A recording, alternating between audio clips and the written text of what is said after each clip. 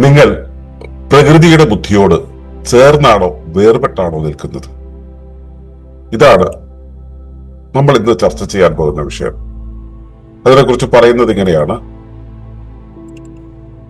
Natures structural intelligence guides us towards wisdom when we align ourselves with it.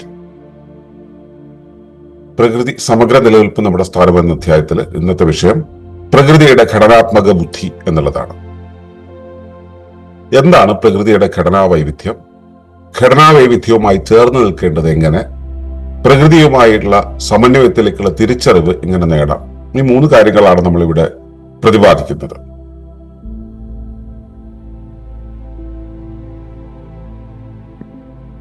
ഏവർക്കും നമസ്കാരം.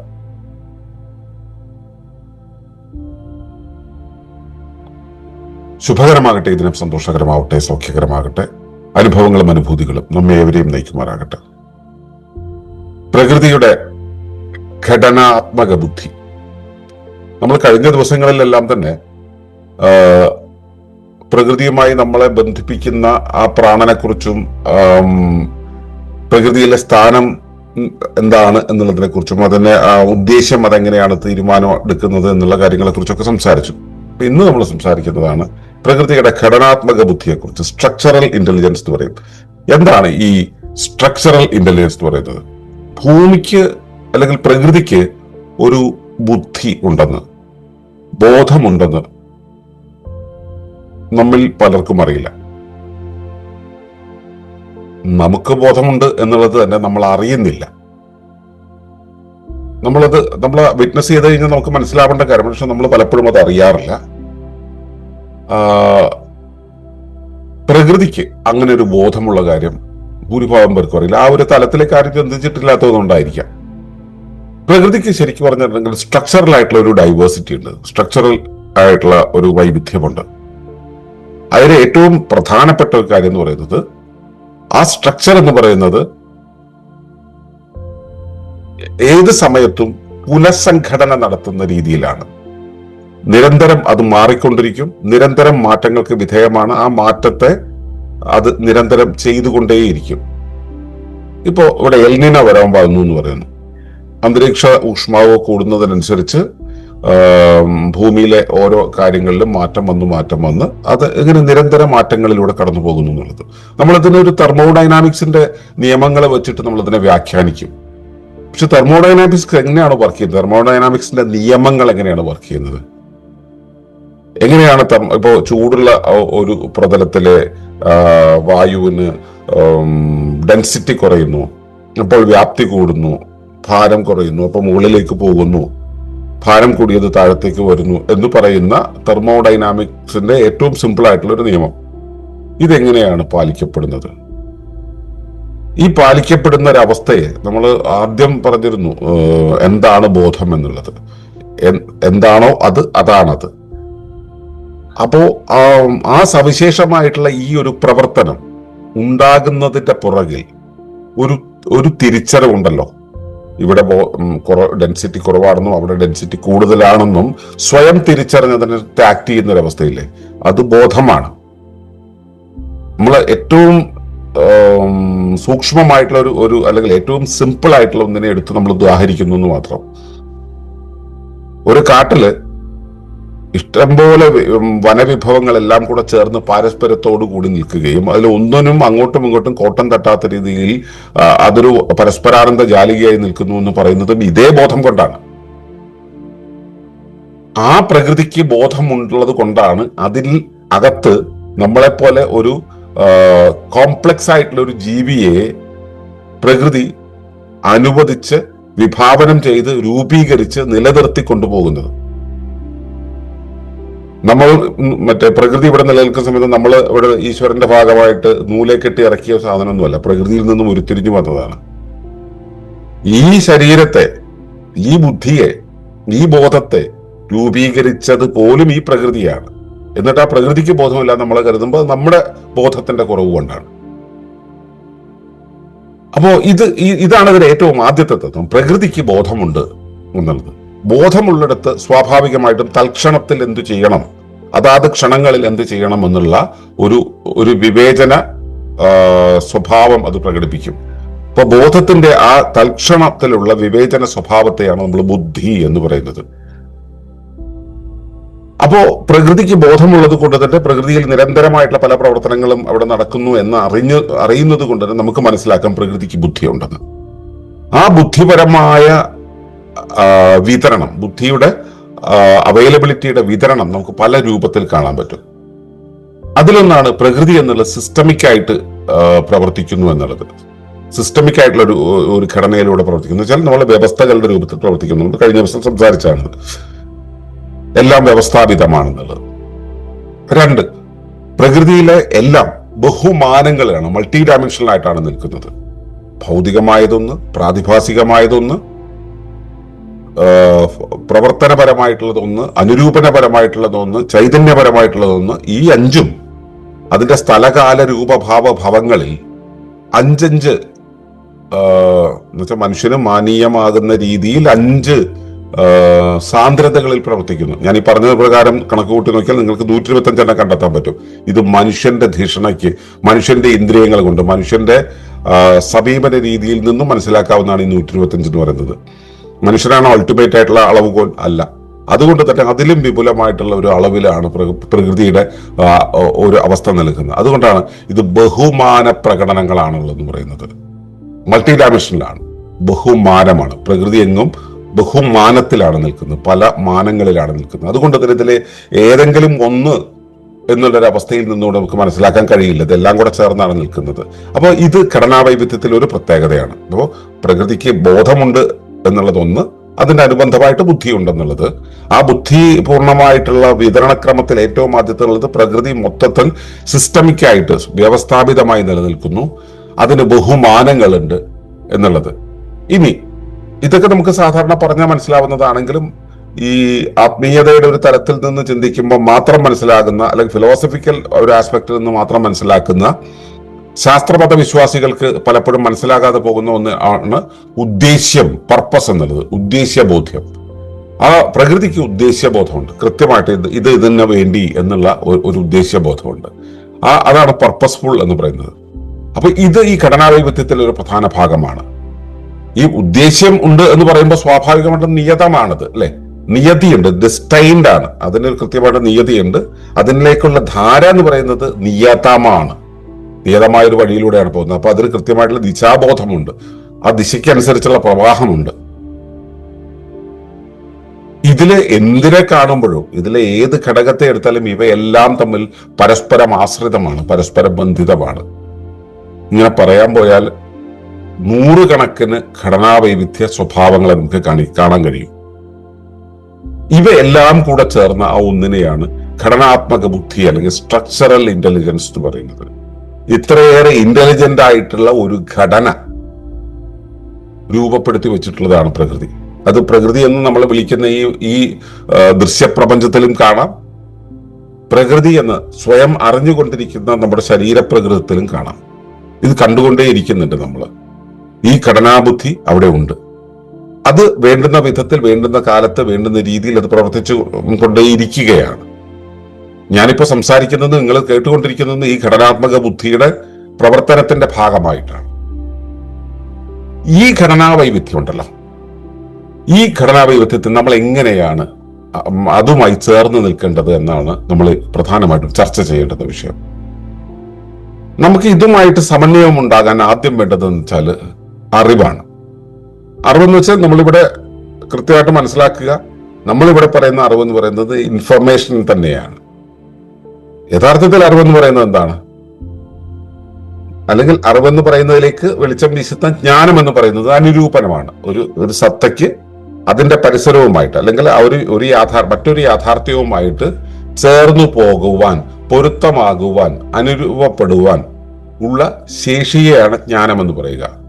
അപ്പോൾ ഞാനിപ്പോ ഈ ഘടനാവൈവിധ്യവുമായിട്ട് ചേർന്ന് നിൽക്കണം എന്ന് വെച്ച് കഴിഞ്ഞാൽ ഞാൻ ഇതിനോട് പൊരുത്തമാകണം. ആ പൊരുത്തമാകണമെങ്കിൽ പൊരുത്തപ്പെടേണ്ടത് എങ്ങനെയാണ് എന്ന് ഞാൻ ഒരു ഭാവനയിൽ കരുതി വെക്കണം. അതിങ്ങനെയൊക്കെയാണെന്ന് അറിഞ്ഞ ആളുകളിൽ നിന്നും കേട്ടുവെക്കണം. അതനുസരിച്ച് ഞാനത് ചെയ്തു നോക്കുമ്പോൾ എനിക്ക് ചില അനുഭവങ്ങൾ ഉണ്ടാവും. ആ അനുഭവങ്ങൾക്കനുസരിച്ച് വഴങ്ങി നിൽക്കണം. അവിടെ വഴക്കം വരണം എന്നുണ്ടെങ്കിൽ എൻ്റെ ഉള്ളിൽ വഴക്കം ഉണ്ടാവണം, എങ്കിലേ അത് പറ്റൂ, അല്ലാത്തൊരാൾക്ക് വഴങ്ങാൻ കഴിയില്ല. അപ്പോൾ ഇതെല്ലാം കൂടെ ആകുന്നതിനെയാണ് നമ്മൾ അറിവെന്ന് പറയുക. അതായത് മുൻകൂർ അറിഞ്ഞവരിൽ നിന്നും അറിയുക, അനുഭവിച്ചവരിൽ നിന്നും അറിയുക, അതുപോലെ തന്നെ നമ്മളതിനെ ഭാവന ചെയ്യുക, ഇങ്ങനെയൊക്കെയാണെന്ന് ഭാവന ചെയ്യുക, അതിനുശേഷം നമ്മളത് അനുഭവിക്കുക, നമ്മളതായിത്തീരുക. ഈ അറിവിലൂടെയാണ് ഇതിൽ ആദ്യത്തെ സമന്വയം എന്ന് പറയുന്നത്. നമ്മൾ സാധാരണ ഈ ജ്ഞാനയോഗം എന്നൊക്കെ പറയുന്നുണ്ടല്ലോ, അറിവിലൂടെ സമന്വയം നേടുക. അറിയുക എന്നുള്ളത് വഴി നമ്മൾ ഈ കാര്യത്തെ ഘടനാവൈവിധ്യമായിട്ട്, പ്രകൃതിയുടെ ഘടനാവൈവിധ്യം, പ്രകൃതി സിസ്റ്റമിക് ആണെന്നും പ്രകൃതി ബോധമുള്ളതാണെന്നും പ്രകൃതി ബഹുമാനത്തിലുള്ളതാണെന്നും അത് ഉദ്ദേശ്യബോധത്തോടുകൂടിയുള്ളതാണെന്നൊക്കെയുള്ള യാഥാർത്ഥ്യങ്ങളെ കുറിച്ച് അറിഞ്ഞ് അതുമായി സമന്വയത്തിലാവുക. അവിടെ പ്രകൃതിയുടെ ക്രമങ്ങളും നിയമങ്ങളും മനസ്സിലാക്കുക എന്നുള്ളതാണ് അതിനുള്ള വഴി. അത് നിരീക്ഷിക്കുക തന്നെ ചെയ്യുക. അപ്പൊ ഇത് നമ്മൾ അതിനനുസരിച്ച് അനുരൂപപ്പെട്ടു. ഇനിയോ നമ്മളെ ഒന്ന് റീഓർഗനൈസ് ചെയ്യുക, നമ്മുടെ ഉള്ളിൽ പുനഃസംഘടിപ്പിക്കുക. ഈ പ്രകൃതി ഇങ്ങനെയൊക്കെയാണ് പ്രവർത്തിക്കുന്നതെന്ന് അറിഞ്ഞു കഴിഞ്ഞാൽ പിന്നെന്താ വേണ്ടത്? നമ്മുടെ ഉള്ളിലുള്ള മാറ്റം, ചിന്തകളും പ്രവൃത്തികളും എല്ലാം തന്നെ ക്രമപ്പെടുത്തുക എന്നുള്ളതാണ് പിന്നെ ചെയ്യാനുള്ളത്. ഇത് ചിന്തിക്കുക, ഈ അറിഞ്ഞ കാര്യങ്ങളെ കുറിച്ച് ചിന്തിക്കുക, ഇതാണ് വേണ്ടതെന്നുള്ള മനനം ചെയ്യുക. അതിനനുസരിച്ച് നമ്മുടെ പ്രവർത്തന രീതിയിൽ മാറ്റം വരുത്തുക, അത് ക്രമപ്പെടുത്തുക, ചിന്തയിൽ മാറ്റം വരുത്തുക. മൂന്നാമത് ജീവിതത്തിന്റെ പുനഃഘടന. നമ്മൾ ചിന്തിച്ചുകൊണ്ട് കാര്യമുണ്ടോ? ഇല്ല.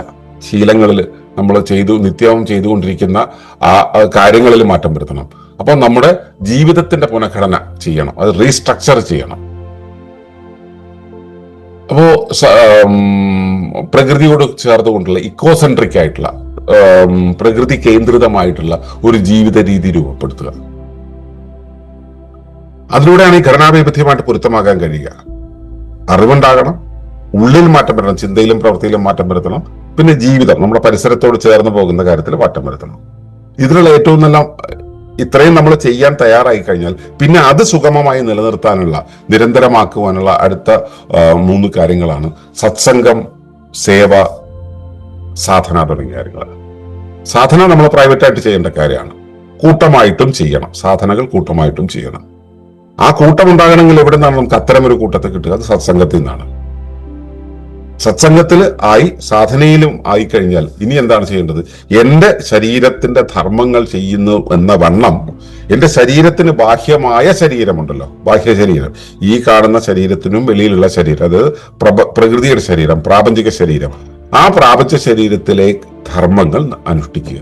എന്റെ ശരീരത്തെ ധർമ്മങ്ങൾ എങ്ങനെ നടപ്പിലാക്കുന്നുവോ അതേ വണ്ണം ശരീരത്തിന് പുറത്തുള്ള കാര്യങ്ങൾ കൂടെ ചെയ്യുക. അതിനെയാണ് സേവ എന്ന് പറയുക.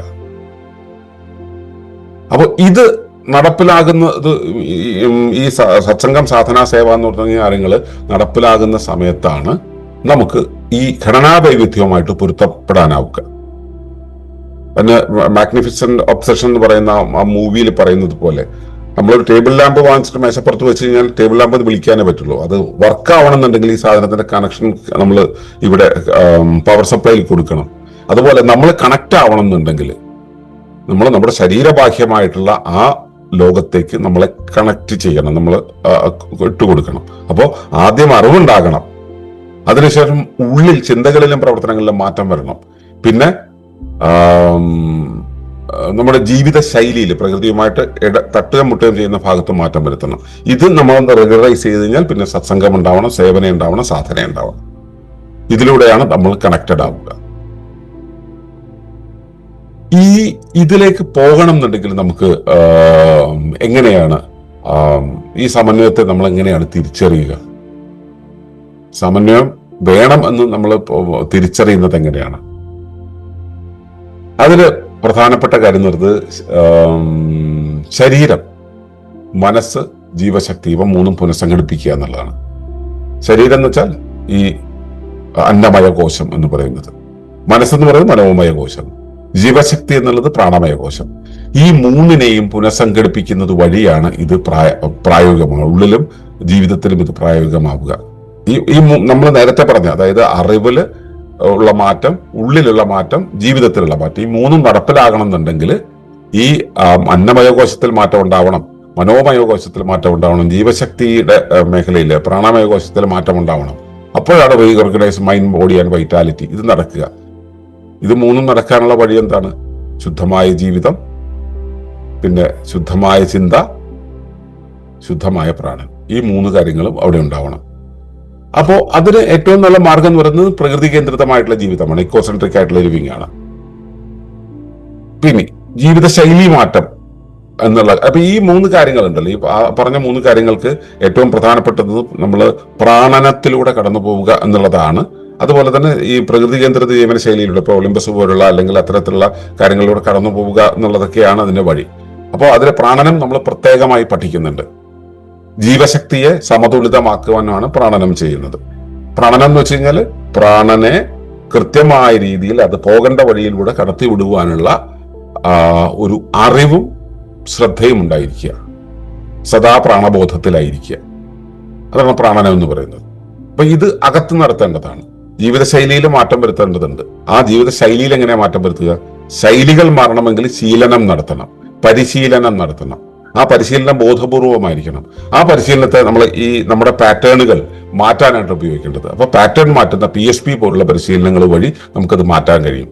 പാറ്റേൺ ഷിഫ്റ്റ്, നമ്മുടെ നിത്യജീവിതത്തിൽ നമ്മൾ ഉപയോഗിക്കുന്ന പാറ്റേണുകൾ ഉണ്ടല്ലോ, ആ പാറ്റേൺ മാറ്റാനായിട്ടുള്ള ചില രീതികൾ, ശീലന രീതികളുണ്ട്.